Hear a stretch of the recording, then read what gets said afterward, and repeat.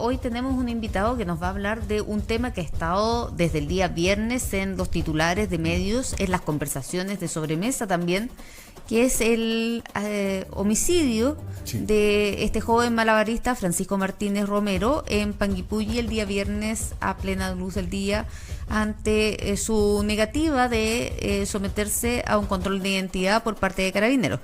Que derivó en estos disparos y en esta muerte por parte del uso del arma fiscal del carabinero. Bueno, ayer fue la audiencia de formalización y finalmente lo fue el carabinero sargento Juan González por homicidio simple.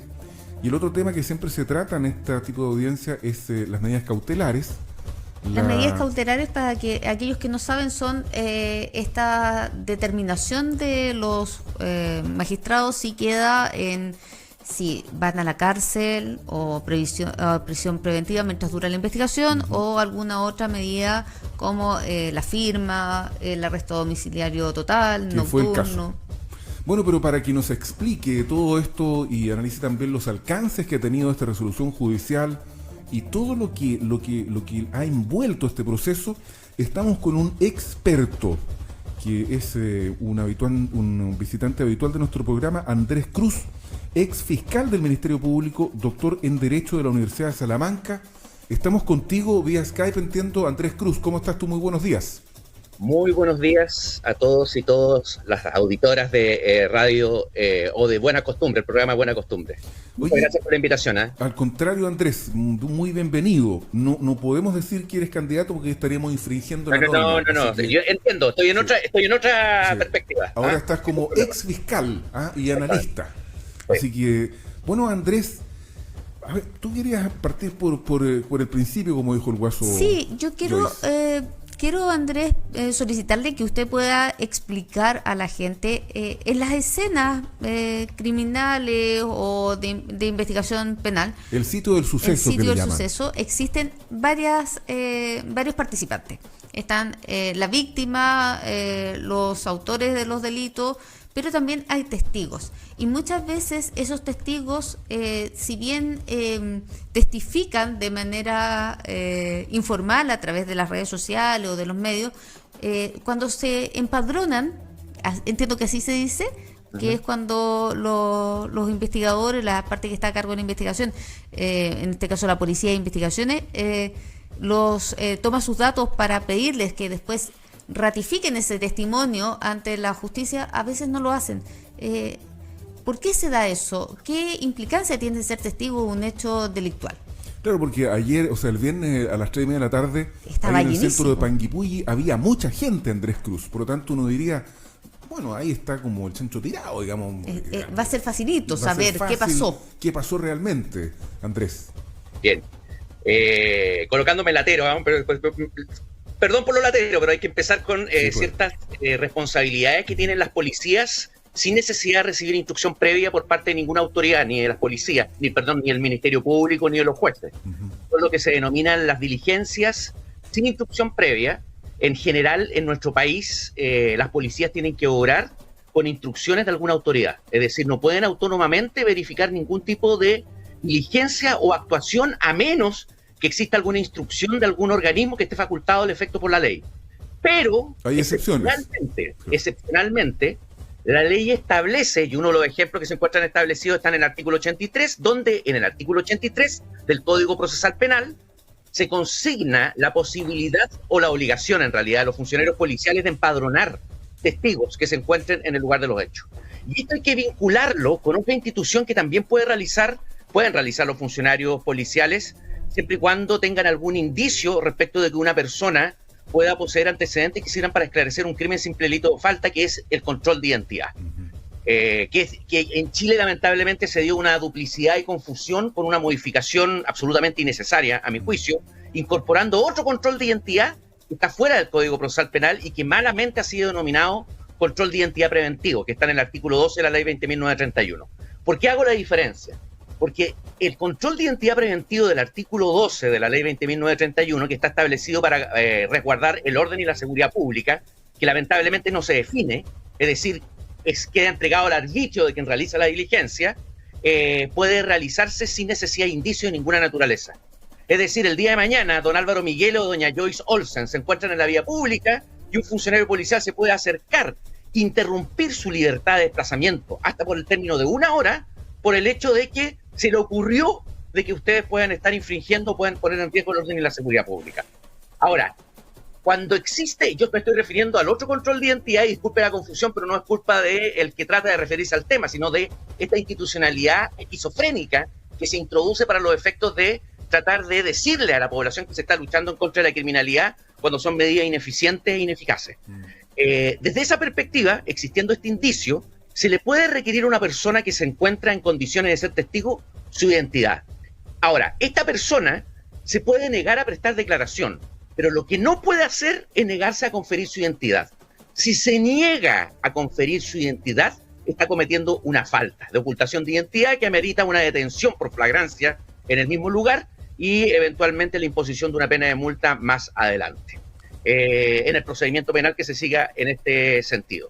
Ahora, ¿cuál es el problema en el caso en concreto? Que cuando se agolpan las personas, cuando existen tumultos de individuos, también existe un riesgo para la integridad de los funcionarios policiales. También existe un riesgo inclusive para la integridad de muchas personas que se encuentran en el lugar, lo que puede dar pie a que se dificulte la realización de la identificación o empadronamiento de quienes puedan servir como testigos. Ese es un inconveniente. Y de hecho, como muy bien nosotros pudimos enterarnos, el sitio del suceso fue completamente alterado. Sí.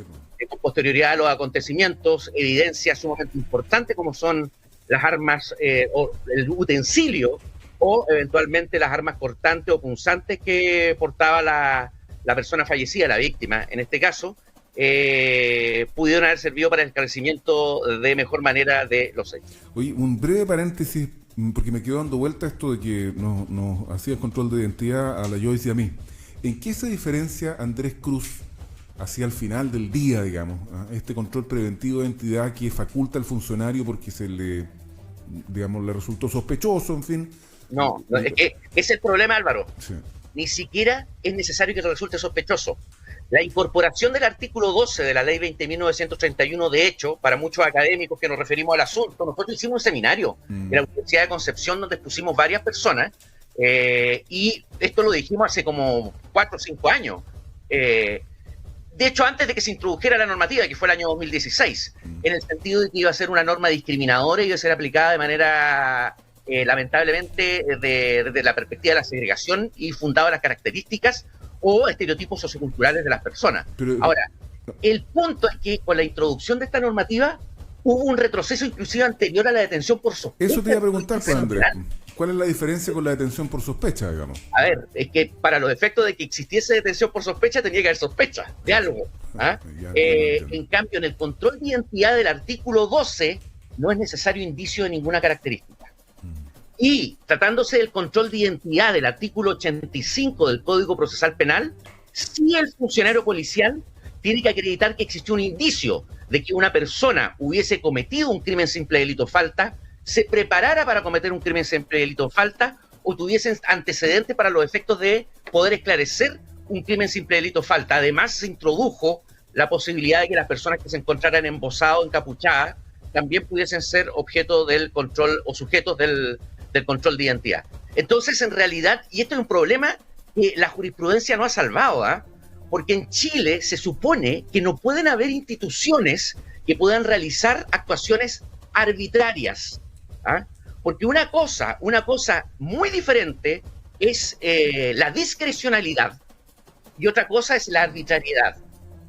Al parecer, el artículo 12 de la Ley 20.931, si nosotros lo interpretamos a la luz del derecho administrativo y procesal penal en general, no puede ser realizado por parte de un funcionario policial sin justificación de ninguna naturaleza.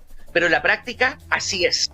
Y, lamentablemente, en general, se hacen millones de controles de identidad del artículo 12, millones en Chile, con muy poca efectividad, y lamentablemente no llegan a judicializarse. Es decir, no hay jueces que se pronuncian respecto de la legalidad o no de la diligencia verificada por parte de los funcionarios policiales. Bueno, Andrés Cruz, vamos en los minutos que nos quedan, si te parece, Joyce, Andrés, a lo que pasó ayer en esta audiencia de formalización virtual que se realizó había fundamentalmente dos ideas gruesas que estaban ahí en pugna, si hubo o no legítima defensa en el actuar del funcionario policial, y entiendo yo que a la conclusión a la que llegó el magistrado es que hubo una legítima defensa incompleta, ¿es la expresión correcta? Excesiva, yo diría. ¿Ah? Puede ser una legítima defensa excesiva. Lo que ocurre es que para los efectos de que en la audiencia de ayer lo que se verificó fue primero el control de detención del funcionario policial, es determinar si fue detenido con arreglo a la ley, ¿ya? En segundo lugar, se procedió a la comunicación de cargos, que es la formalización. Sí. Se le comunicaron hechos, que son constitutivos de delito. Y en tercer lugar, se piden las medidas cautelares y se fija el plazo de investigación. Él fue formalizado por homicidio simple de Francisco Martínez. Homicidio simple. Ahora, para los efectos de determinación... Oiga, y esto quiero que quede súper claro, estamos recién comunicando cargos. Sí, claro. Aquí hay una presunción, que es la de inocencia, que ampara a cualquier persona tenga o no uniforme. Y en esto hay que ser súper responsable, y tal vez esto sea súper poco popular decirlo, pero es un contexto institucional que costó mucho ganar. ¿Ah? Mucha gente sufrió por la inexistencia de la presunción de inocencia. No arrasemos con el mismo, porque perderlo significa retroceder años de esfuerzo por el respeto de los derechos fundamentales y la dignidad del ser humano. No arrasemos con la presunción de inocencia, qué buena frase. Ahora, fuera de ese contexto, para los efectos de configurar la legítima defensa tienen que concurrir 3 requisitos. La agresión ilegítima, la necesidad racional del medio empleado para repelerla. Ojo, necesidad racional del medio empleado para repelerla, no necesidad proporcional, ¿ya? Y en tercer lugar, falta de provocación suficiente por parte del que se defiende. ¿Cuáles concurrieron según tú, Andrés Cruz? Yo creo que es súper difícil expresar una opinión ahora. Yo no tengo acceso a la carpeta investigativa. Lo que sí puedo señalar es que tiene que dilucidarse el curso de la investigación si, estando un funcionario policial en el mismo contexto en el que se encontraba la persona que ha sido formalizada y que pertenece a la institución de Carabineros, hubiese actuado o no de la misma manera, o si le es exigible que hubiese obrado de otra, si tenía otras posibilidades para los efectos de controlar la situación que se estaba dando en ese supuesto. Tenemos que recordar que habían 3 funcionarios policiales en el mismo lugar, y aquí hay 2 circunstancias que hay que elucidar. El hecho de que los armas cortopunzantes o estos elementos de utilería que se utilizaban por parte de la víctima, se tiene que determinar cuál es la impresión que ocasiona a cualquier persona que se encuentra en el lugar de quien ha sido formalizado en la investigación que se está llevando a cabo. Tú utilizaste la expresión... yo creo que eventualmente, conforme a lo que ocurrió ayer, Álvaro, disculpa que sí. Yo soy muy bueno para hablar, Álvaro. No, dale. Disculpa, como estamos en cuarentena, no tengo que conversar, en aprovecho. Lo que ocurre es que en el caso en concreto hubo una actuación conforme a lo que manifestó la Fiscalía que habría sido excesiva, porque ya la agresión, conforme a lo que se relató, habría sido ya repelida con la actividad realizada por parte del funcionario policial y habría existido un último disparo que finalmente le ocasionó la muerte a la víctima, Francisco que habría sido completamente innecesario. Y esto se denomina legítima defensa extensiva. Es decir, nos fuimos más allá de la legítima defensa. No era necesario este último disparo y por lo tanto ya no estamos cubiertos por la eximente de responsabilidad penal que excluye la antijuricidad, me vuelvo a colgar latero, en la configuración del delito y que implica que no habría responsabilidad en los hechos. Y por eso se le formalizó por homicidio simple. Porque fue más allá, en el fondo, de lo que es considerado legítima defensa. Correcto. En términos bastante simples, Joyce, es así. Oiga, ¿y qué otro, por qué se llama homicidio simple, distinguido jurisconsulto? Lo que ocurre es que para los efectos, en Chile, la figura básica cuando se trata del delito de matar a otro es el homicidio simple. Nos encontramos con figuras calificadas como el parricidio, cuando existen vínculos de parentesco, el femicidio, cuando la víctima es una mujer y concurre otras circunstancias, el espuro infanticidio en Chile, que es algo que lamentablemente no se toca, pero la circunstancia de que un niño sea asesinado dentro de las 48 horas de nacido tiene una pena inferior que matar a una persona que sea un adulto, lo que es absurdo, pero ahí está, y nadie se ha preocupado de los efectos de solucionar esta desproporcionalidad. Esta discriminación en el juicio. Y la otra perspectiva es el homicidio calificado. Pero para que concurra el homicidio calificado tienen que darse ciertas circunstancias especiales. Es decir, vamos a los 4 supuestos. Que el sujeto obre por premio o promesa remuneratoria, que no es el caso, es decir, a él no le pagaron para los efectos de que matara a la víctima. En segundo lugar, que hubiese sido por medio de veneno tampoco el caso en concreto. En tercer lugar, que haya sido con ensañamiento, es decir, aumentando deliberadamente el mal del delito, causando otros males innecesarios para esa ejecución, que tampoco era el caso en concreto. Y en cuarto lugar, que se haya obrado con alevosía, es decir, aprovechándose de las circunstancias de confianza que hubiese existido entre la víctima y la persona que finalmente murió, o que las circunstancias daban cierto halo de evitar la persecución por parte de quien cometió el delito. A mí me parece muy forzado el enmarcar la conducta en esta hipótesis. Me parece que es adecuada la calificación que dio el fiscal en la formalización, sin perjuicio, insisto, de lo que ocurra en el desarrollo de la investigación, que recordemos tiene un plazo. Esto es recién la formalización o comunicación de cargo y por lo tanto queda mucho por recorrer. En el fondo, hoy el sargento está acusado imputado, no, ni está siquiera imputado. No está acusado. Por eso es lo que aclara. Es que bueno, gracias Joyce. Efectivamente, nosotros vamos a desarrollar ahora una investigación formalizada. Se fijó un plazo y al término de este plazo se tiene que cerrar la investigación.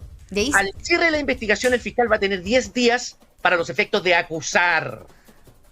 Y ahí puede cambiar la calificación jurídica de los hechos. De hecho, en el interín de la investigación puede reformalizar y agregando nuevos hechos para los efectos de acomodar la situación y garantizar finalmente, porque la formalización es un acto de garantía para el imputado. Porque en este momento el imputado sabe por qué hecho se le está investigando y por lo tanto él se puede defender de estas circunstancias. Bueno, finalmente, Andrés, porque eso nos fue el tiempo, a mí me gustaría que pudiésemos preguntarte a ti una guía para la correcta titulación de la noticia. ¿Cómo hay que llamarle a este funcionario de Carabineros que está imputado? ¿Uno puede hablar del presunto homicida, por ejemplo? ¿Es correcto hacerlo? A mí me parece que es correcto porque ha sido formalizado por una investigación de estas características, pero me parece más adecuada la expresión del imputado por homicidio. Imputado por homicidio. O sea, me parece más adecuada la expresión, porque presunto da lo de que eventualmente, necesariamente, la investigación va a terminar en una acusación y una condena por ese hecho punible.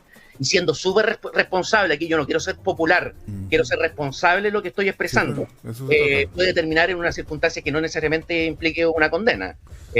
Recordando además que las medidas cautelares que se decretan tienen que serlo para los efectos de resguardar la seguridad de la sociedad, la seguridad del ofendido, diligencias precisas y determinadas de la investigación y evitar un peligro de fuga. Resguardar los fines del procedimiento finalmente. No es una condena anticipada. Lo que pasa es que comunicacionalmente hemos confundido la prisión preventiva con una pena anticipada. Estamos condenando al sujeto recién en la audiencia de formalización. Y desde el punto de vista procesal, existiendo la presunción de inocencia y que todos tenemos derecho al debido proceso, tengamos o no un informe, y que constituye justamente una de las circunstancias que tienen que ser introducidas con mayor fuerza en la legislación constitucional, me aprovecho, es el debido proceso.